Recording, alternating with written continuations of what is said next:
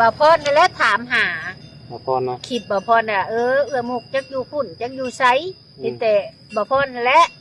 ไปหาลูกปานยินแล้วว่าเราไปโรงพยาบาลว่าหมอว่าเจ้ากินเหล้าหลาย ด้านนั้นได้กินเหล้าหลายเลยแล้วบ่ซันยินแล้วว่าแล้วว่าหมอคือเป็นแท็กซี่แล้วข้าไปว่าบ่พรเราสิเข้ามาหาเจ้าหายละมาบ่คันเราอยากมาก็ให้เรามาบ่แม่นขี้เกียจดอกอย่าว่าเครียดเราแต่ตะกี้บ่เครียดแหละยายดิย่าเราอยากเข้ามาให้แล้วเขาถ้าแบบลูกคำปลาเราจะเข้ามาลิ้นนั่นไม่ใช่ก็ได้บ่มาก็มาสิเป็นอีหยังบ่ได้เครียดบ่ได้ให้บ่ได้บายหยังเนาะบ่ได้หยังมันผ่านไปเลยมันผ่านจักมุกก็อยู่บ่เซ่อเฮ้ย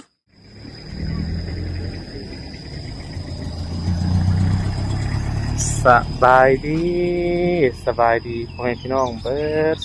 สู่คนนะพี่น้องเนาะเปิดคลิปมานี่พี่น้องไปอยู่พี่แหละนะท่านผู้ชมหมู่บ้านธาตุพี่น้องปุ๊บป้ามันยังเป็นเห็ดอย่างนี้เนาะท่านผู้ชมคือเห็ดเป็นหางเป็นนั่นคือเนาะเป็นสีท่าสีบ่หรอในใดเนาะพระธาตุอีกห้างพี่น้องนี่ข่าวมาบ้านธาตุพอดีมุกจันเพิ่นเราสิไปสวน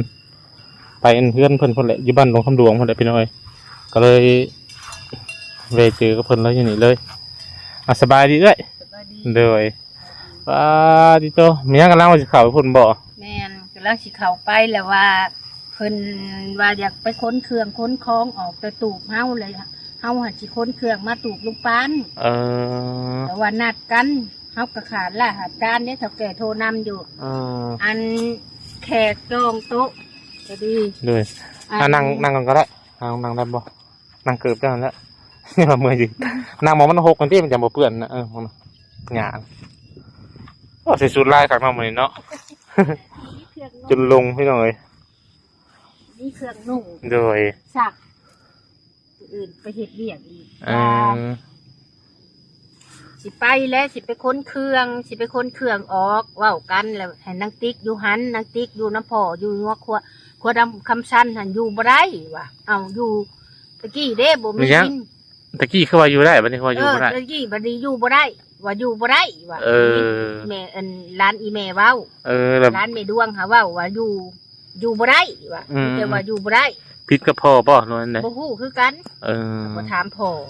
ที่เด้อยู่เนาะเป็นอีหยังมาก็มาอยู่น้ำลาวกินน้ำลาววันนี้ผัดอยากได้ดีแล้วผัดได้ออกแต่ลาวได้ดีโทรหาว่าอยู่บ้านทวดว่ะอ้าวบ่เลยบ่พ่อกันบัดนี้ติพ่อกันแล้วว่ามีแต่ตัวเฮาว่ามืออื่นบ่ได้แล้วเฮาก็ไปเวียกไปงานเนาะเฮาก็ได้ท้องมันบ่ได้นั่นเด้ถามกินอยู่ได้ท้องคู่มือไผบ่ได้เอาเงินมาให้เฮาได้เฮาขาดด้วยขาดการเนาะแม่นแล้วขาดเรื่องอะไรก็หอยเนาะขาดอยู่เลยนี่ก็8-9 มื้อแล้วขาดเพิ่นก็โทรมื้อนึงนี่แขกมาจองโต๊ะว่าวันอาทิตย์นี่มาบ่เข้ามาบ่เดี๋ยวสิไปว่าจักหน่อยก่อนว่ากำลังสิแล่นเข้าไปแหละจักหน่อยบอกเพิ่นบ่ายโมงเด้อสิเข้าไปแล้วก็แล่นเนี่ยไปสวนเหรอแล้วก็สิไปค้นเครื่องค้นของค้นผู้เดียวก็ค้นบ่ได้แล้วผัวกับเมื่อบ้านเลยเมื่อไรเมื่อแล้วจังมือบันนี้มามันยังบ่ฮู้บันเราขาดการชื่อเรียนเท่าแก่เพราะว่าขอลาพักเดือนหนึ่งพักรอดขอพักเลยจะเพิ่นมากแม่เพิ่นให้ไปปลูกมันบ่มีคนซอยแต่ไปไถสวนซอยหญ้าเราซื้อรถเด้ซื้อรถใหม่รถใหญ่นี่รถไถนาเฮานี่แหละรถใหญ่แล้วบัดนี้บ่มีผู้พานเฮ็ดพานั่นติบ่มีคนแล้วก็บ่มีคนแล้วใกล้น่ะเขาจะไปกรุงเทพหมดเลยโทรเอาโทรวานนี่มื้อเช้านี่เมื่อแล้วผัวหักกระดาษเมื่อวานนี่ติเดือนนึงจะอยู่ผู้เดียวแม่นเลยได้นี่เนาะว่าได้เงินฝากมาให้ได้พอได้ซื้อข้าวซื้อน้ำว่ะ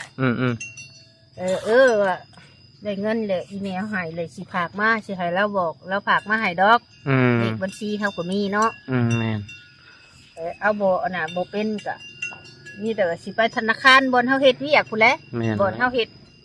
เลขบัญชีผู้แล้วว่ะ โดย แต่เฮาเลยว่าไปแบบมา แต่โอ้ยอยู่นี่กะขึ้นฮอดเฒ่าแก่อยู่แต่แม่จำเป็นแม่โทรมาเด้ป้าแม่บ่ได้เพิ่นว่าก็เมื่อก่อนเฮาก็ว่าเมื่อมันสิเมื่อเลยแหละ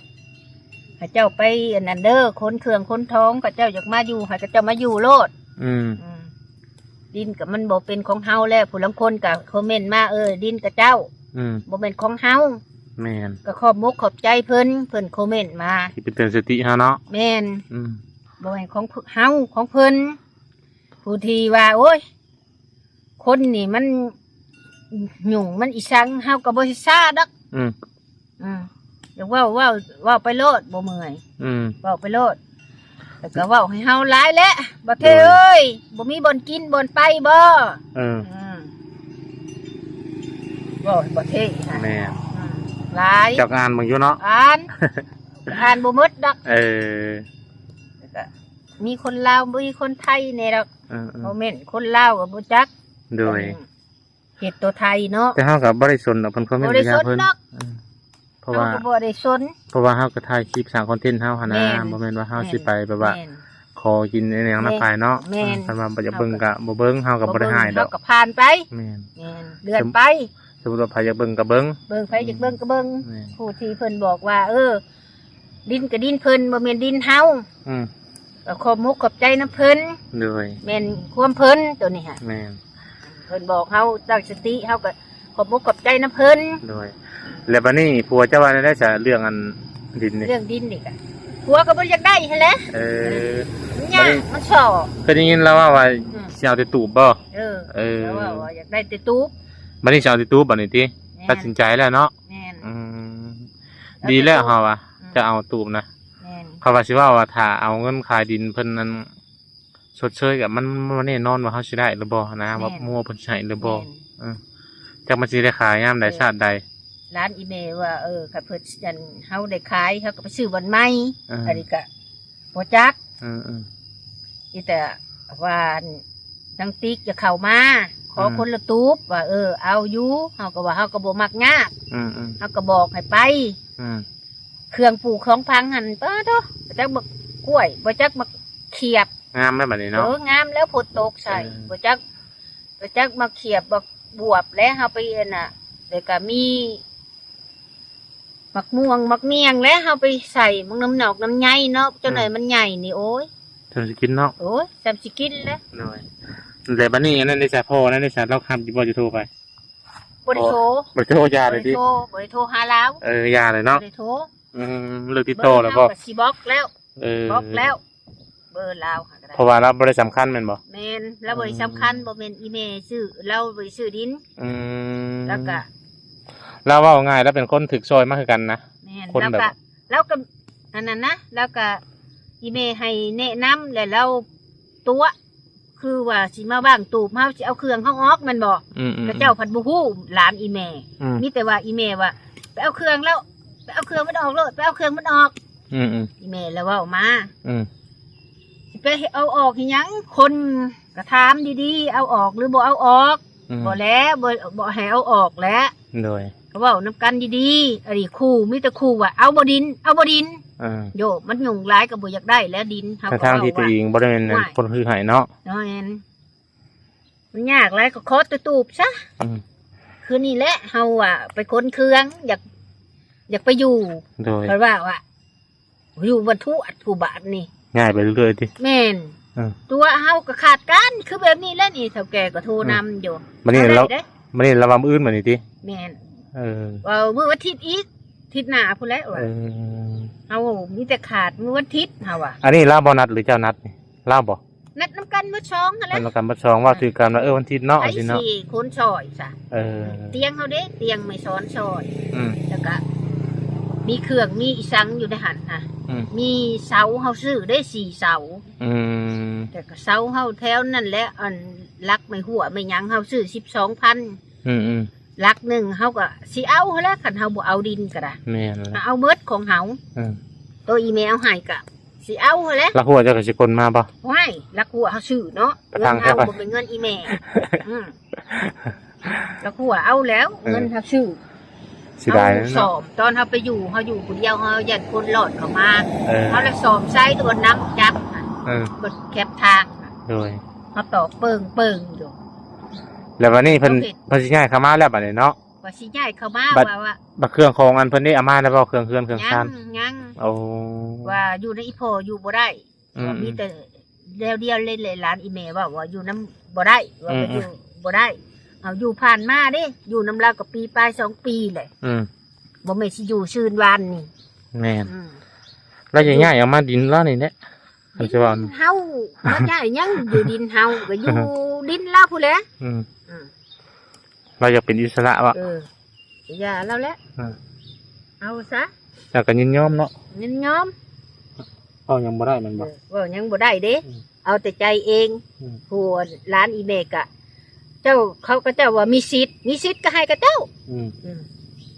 แล้วก็เจ้าโลดของสื่อกับเจ้าก็เจ้ามีสิทธิ์เฮาบ่มีสิทธิ์ แม่น ก็เจ้าว่าก็เจ้ามีสิทธิ์ก็เจ้าไป สละให้ เฮา เขา บ่มีสิทธิ์เลยเด้เฮาก็ได้ แม่น สละโลดให้โลดนี่แต่ว่า เนาะ เครื่องเฮาตัวใดเฮาไปปลูกเฮาก็สิเอา ปนมาให้ เฮา เขา ซื้อเด้เอาเงินเฮาสิบางเทื่อก็เฒ่าแก่ซื้อให้เฮา อืม เฮาเอาไปปลูกเฒ่าแก่ว่าไปปลูกอันในดินเธอ อืม แล้วอันปะนี่อันหมากมีหยังมาให้เฒ่าแก่กินเฒ่าแก่ว่ะ อืม เฒ่าแก่บอกอยู่เฒ่าแก่ก็ว่าคัดว่าดินเธอแหละเดี๋ยวนี่อันเธอออกไปอยู่อีหยังแหละเดี๋ยวสิไปทางน้ำทางในให้เฒ่าแก่แล้วก็สิซอยอยู่เฒ่าแก่ก็ได้อืม แล้วมันนี่เป็นไปบ่ได้แล้วบัด เป็ นี้ น เนาะ ไปบ่ได้แล้ว มันนี่เนาะ ผัวก็บ่อยู่เลยเด้ อืม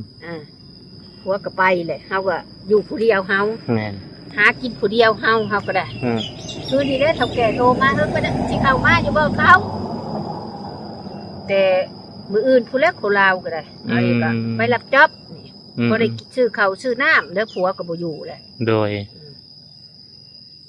ผัวบ่อยู่มีเงิน50,000 โอ้ ไปซื้อน้ำมัน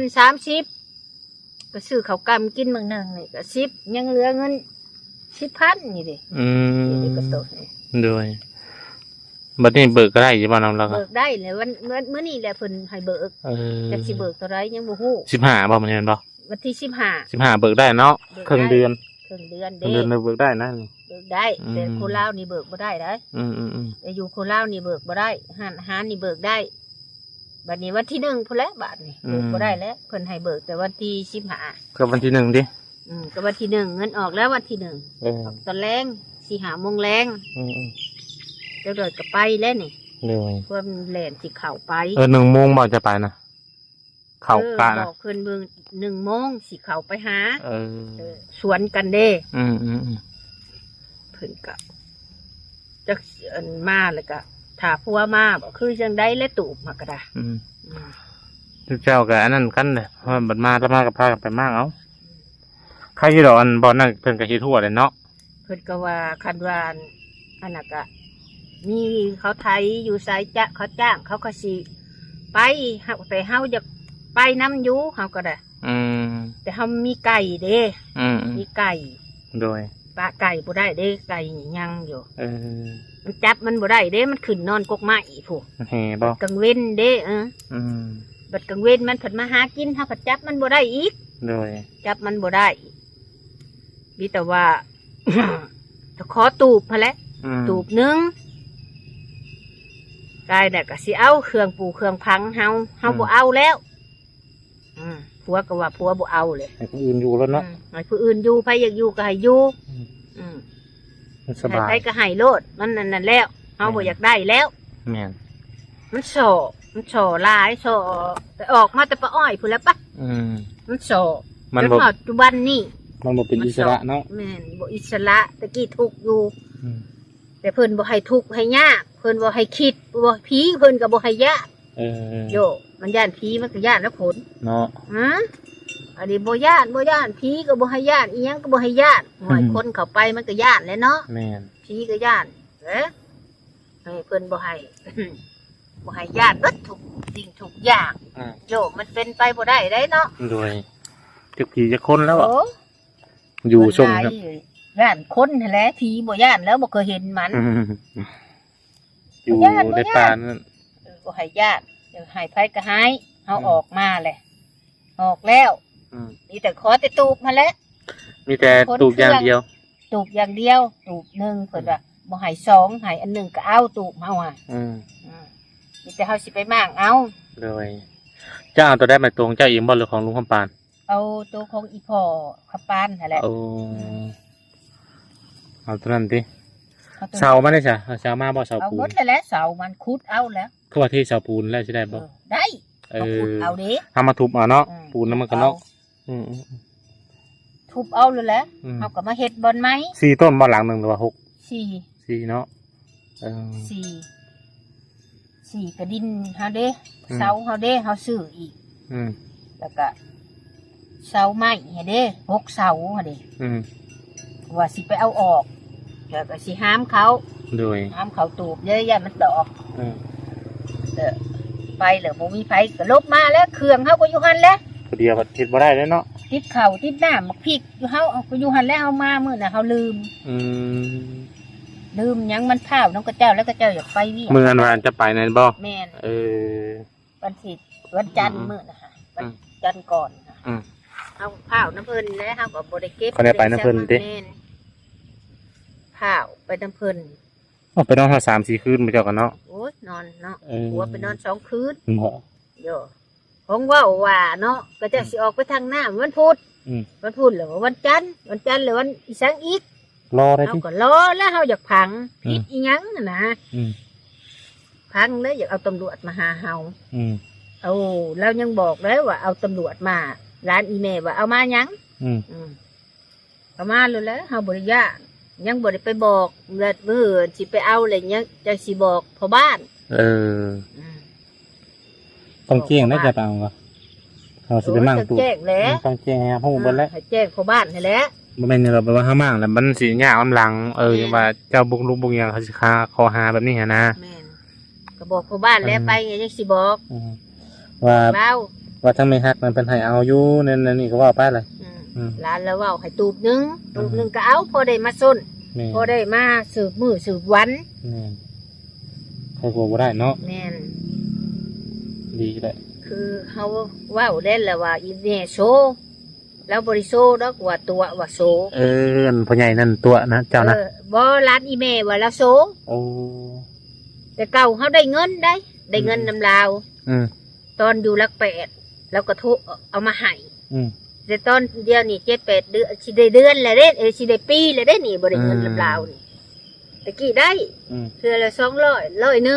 200 100 ดอนนะบ่แม่นแล้วก็โอนมาให้แล้วก็ไปเอาเลยแหละตอนนั้นแล้วก็ผากน้ำจันกิ่ง200จันกิ่งก็ไปแตกเงินมาให้กับ4 ล้านปลายพอดีตอนนั้นแล้วก็ผากมาอีกตอนนั้นก็ผาก11,000ผู้อาจารย์นะ11,000นี่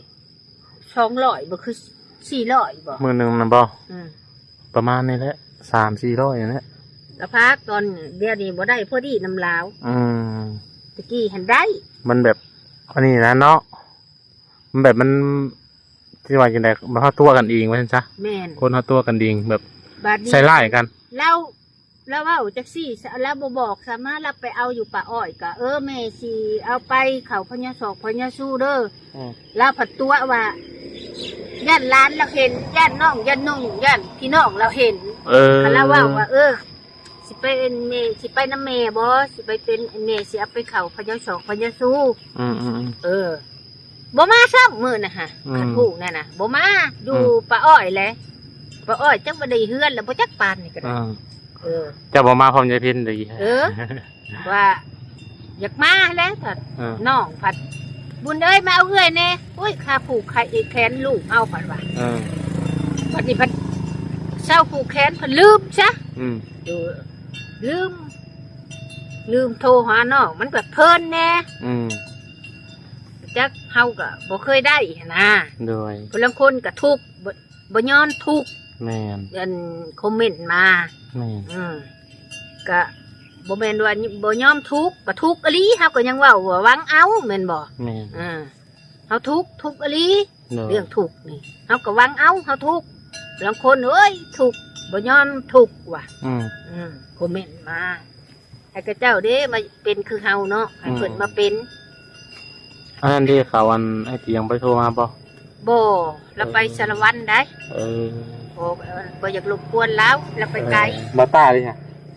บ่ตาคือว่าเฮ็ดในคลิปก็ว่าไปตะแขกวานนี่บ่แลจะสิโทรหา อืม โทรหาแล้วว่าเราไปตะแขกวานนี่เห็นเราไปตะแขกได้บ่ตาเห็นแต่บ่พรนั่นแหละถามหา มาพรนะ คลิปบ่พรน่ะเอื้อมุกจักอยู่พุ่นจักอยู่ไสเห็นแต่บ่พรนั่นแหละไปหาลูกปาน จะเห็นแล้วคิดว่าเมื่อไหร่นะ เห็น จะเห็นเมื่อไหร่วะ ปักโชคชะมือนี่เด้ โอ้ เราไปหาลุงปานแล้วเอาเขาไปให้ลุงปานนั่นผู้ใหญ่เด้ อืม เอาเงินให้500 บาทเลยไปหาลุงปาน อืม แต่ก็แล้วตุ้ยได้เรากินหักยาบ่จักเราจังตุ้ย มาพรหรือเปล่า บ่ ผู้คำปานนะ เรากินยา3 สาวนะยัดยายัง3 สาว โดย แล้วตุ้ยแล้วไปกินก็ยังตุ้ย อืม บ่ยินแล้วว่าเราไปโรงพยาบาลว่าหมอว่าเจ้ากินเหล้าหลาย ร้านไหนได้ อืม เออ กินเหล้าหลายเลยแล้วบ่ชันเห็นแล้วว่าแล้วว่าหมอคือเป็นแท็กซี่แล้วอะ อืม เขากินเหล้าคู่มื้อเนาะ เออ นะว่าคืนหลังซะ โดยเขาแบบว่าพรน่าจะเขามาหาเจ้าขายละมาบ่ คันเราอยากมาก็ให้เรามาบ่แม่นขี้เครียดดอก อย่าว่าเครียดเราแต่ตะ บ่ กี้ บ่เครียดแหละ เออ บ่เครี ยายดิ ยาเราอยากเข้ามาให้แล้วเขา เขาแบบลูกคำปานแล้วจะเขามาลิ้นนั่นไม่ใช่ก็ได้ อ บ่ ยากมาก็มาสิเป็นอีหยัง อ่า เราก็บ่ได้เครียด บ่ได้ให้บ่ได้บายหยังเนาะ บ่ได้หยัง เออ มันผ่านไปเลยให้มันผ่าน อืมอยากให้เริ่มต้นใหม่ดิ เริ่มต้นใหม่ก็ได้ อืม แล้วก็บ่แม่นที่เก็บของเก่ามาเว้ามันก็บ่เราบ่บ่แล้วนะ แม่นแม่นมีอย่างให้อภัยกันเนาะ แม่นอภัยแล้วก็ถามหาอยู่ ลูกคำปานนะ มุกก็จักอยู่ใช้จักมุกก็อยู่บ่เซอเฮ้ย โอ้ย เฮ้ย โอ้งัวกินข้าวก แต่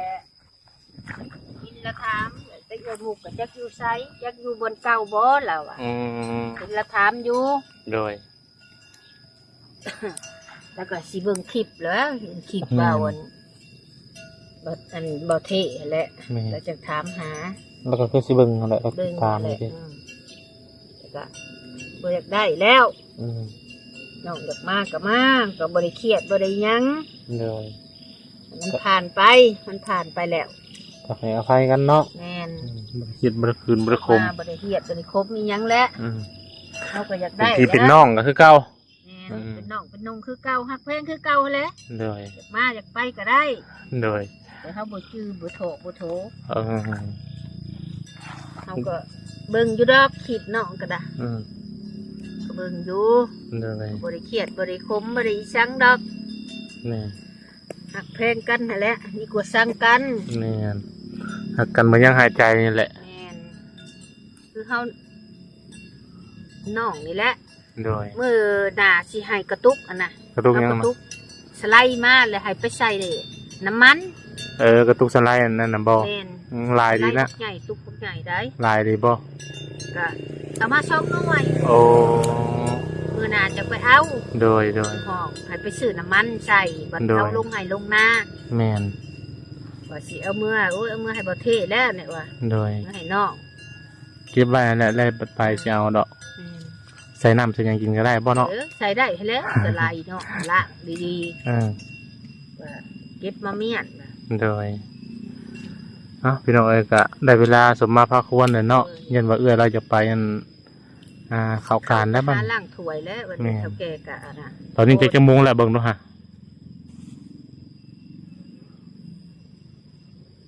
ยังบ่ายโมงเลย บ่ายโมงแล้วพอดีได้จะไปจะเมื่อจะก็เฮ็ดเวียกเลย แม่นน่ะ ถ้าสิบ่รบกวนเด้อบัดนี้เด้อ โดย มาเฮ็ดเวียกเหตุการณ์ครับบัดนี้สู้นั่นแหละอืม สู่อยู่ โดย ผู้เดียวแล้วบัดนี้บ่มีไฟแล้ว เออ สู่ผู้เดียว เหงาเลยเนาะบัดนี้เนาะ โดย ผัวบ่อยู่เมื่อบ้าน ผัวก็ไปเลยเด้ผัวเมื่อบ้าน โคตรเนาะอีก เดือนหนึ่งผู้แล้วเพิ่นมา ฉะนั้นเราก็มาดอกสู้ไป เดือน8ผู้แล้ว เออ หมดเดือน8ผู้เลย โดย อันนี้ก็ถ่ายเดือนแหละเนาะเดือนกลัวาผู้แล้วเพิ่นไป โดย เดือน15มื้อ ใช่ใช่ว่าลูกเจ้าพยายามแล้ว ว่ามือยังพยายามแล้วบอกว่ามื้อนี้แล้วสิไปแหละเงินเดือนยังบ่ออก โอ้ ว่ามื้ออื่นบ่ เออ สิลาพักมื้ออื่นค่ะ แล้วมันหยุดมันหยุดเป็นยังไงอย่างไป วันหยุดก็โอ้มันถึงมันก็ เอ้า กินบ่อิ่ม วัน ได้ จิตผลเด้ กินบ่อิ่ม เออ เอาไปกินบ่อิ่มหมอก็เฮาให้ยังเงินกิน อืม กิน นั่นคือเก่าบ่ เงินครับนี่ต้องกระยัดสิถุงได้สัตว์หมูเอาหมด นั่นคือเก่าอยู่บ่เรา ยังคือเก่า บ่แบบคือเก่านั่นเลยเนาะ บ่ ตัว เป ใคร ลี่ยน ของ หลา เก่าย หรือ แล้ว บ่ เปลี่ยนหลายแล้ว เออ ก็สิเอาเกิบไปให้เกิบกับขาด แหละมันก็คอยพัฒนาไปแหละ แม่ คนเฮาบ่ได้นั่นดอกแล้วก็เศร้าแหละ ว่าสิลามือตอนเช้าเลยตอนเพลนเลยสิเข้าไปบ่อนเฮ็ดเวียก อืม ลาก็ได้เฮามี โดย เวียกมีงานเพิ่นก็ให้ลาเพิ่นก็